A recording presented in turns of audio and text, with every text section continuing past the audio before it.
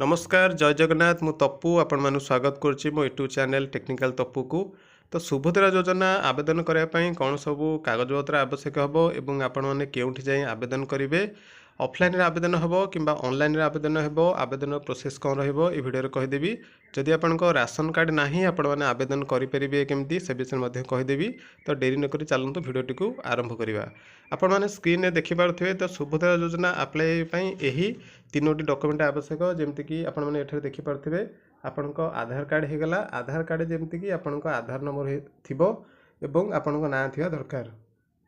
तापर आसला आधार link mobile phone number आपण जो आधार कार्ड टी सहित मोबाइल नंबर लिंक होता आवश्यक। जदि आधार कार्ड रे मोबाइल नंबर लिंक नहीं तो यथाशीघ्र जाई आधार सेंटर रे आपण मैंने लिंक कर नियंतु। तापर 3 नंबर आसला सिंगल होल्डर बैंक अकाउंट। तो आपण बैंक अकाउंट सिंगल अकाउंट होता आवश्यक बा जॉइंट अकाउंट हो नथिबा आवश्यक। जदि आपण सिंगल अकाउंट नाही तो आपण मैंने बैंक रे जाइए आवेदन करेंगे सिंगल अकाउंट पाई। तो 4 आसला Aadhaar and debit enable bank account. आपण बैंक अकाउंट जमती आधार एनेबल डेबिट एक्टिव थी। जदि डेबिट पे आपण एक्टिव नहीं तो निकटस्थ बैंक रे जाई आपण मैंने डेबिट एक्टिव करेंगे। तो जेहेतु आपन को 50,000 टंका मिले सेटा पुणी 5 वर्ष रे। तो जहाँ भी फॉर्म आपण फिलअप कर ठीक से फॉर्म टी फिलअप करेंगे और आपणकर आधार कार्ड टी जमती डेबिट लिंक होता आवश्यक। जदि डेबिट लिंक आपण आधार कार्ड टी नहीं तो आपण अकाउंट को पैसा आसीबो नहीं बा टंका आसीबो नहीं। देखो एतिक डॉक्यूमेंट केवल दरकार सुभद्रा योजना अप्लाई करने की। आपण मैंने देखिपे no other documents required for applying. तो सुभद्रा योजना आवेदन करने एतिक डॉक्यूमेंट दरकार। तो आवेदन प्रोसीजर कौन रहिबो चलतु जानिबा। तो आ गोटे कथा आपन कहि देखुची कि जो मानकर राशन कार्ड नाही से माने इनकम सर्टिफिकेट अप्लाई करिकि आवेदन करि परिबे जहार इनकम 2,50,000 टंका रु कम होइथिबा आवश्यक। तो आवेदन प्रोसेस एठारे आपण माने देखि पारथिबे।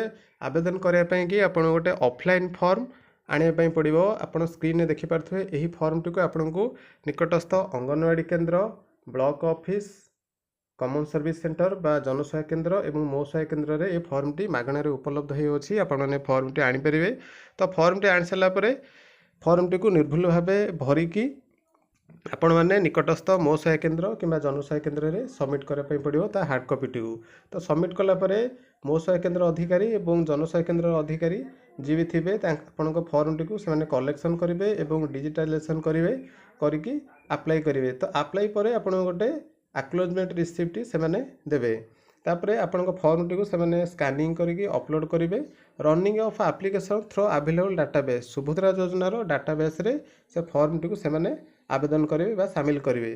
तापर नेक्स्ट आसी scrutiny bye block level committee and district level committee. आपण जो फॉर्म टी अप्लाई करथिबे आपण फॉर्म टी को जांच करा जिवो। ब्लॉक लेवल रे गोटे कमिटी थिबो एवं डिस्ट्रिक्ट लेवल रे गोटे कमिटी थिबो। ए दुईटी कमिटी द्वारा आपण फॉर्म टी को जांच करा जिवो आपण प्रकृत रे सठिक हिताधिकारी कि नाही। जदि आपण सठिक हिताधिकारी होई नथिबे तो आपण माने बाद पड़िबे। तापर डीबीटी टू बेनिफिशियरी डायरेक्ट आपण बैंक अकाउंट को टंका आसी जिवो। तो अप्लाई करे पूर्व आपण माने भलसे देखि दियंतु तो आपण bank account T DBT link अच्छी कि नहीं। जदि लिंक नहीं निकटस्थ बैंक रे जाइए आपने चेक करेंगे बा सेठी लिंक करेंगे। तो ये जो फॉर्म टी आपण माने फिलअप करेंगे तो निश्चिंत भाव देखिकी भलसे फिलअप करदे। ये फॉर्म केमती फिलअप करेंगे से विषय वीडियो चैनल अपलोड अच्छी आपण मैंने जाई देखिपारे। तो अप्लाई करने कि से जनसहायक केंद्र हो कि मो सहायक केंद्र आपण मैंने मागणार अप्लाई करेंगे आवेदन करेंगे। कौन भी जगह आपको टंकाटे खर्च करने पड़ो नहीं।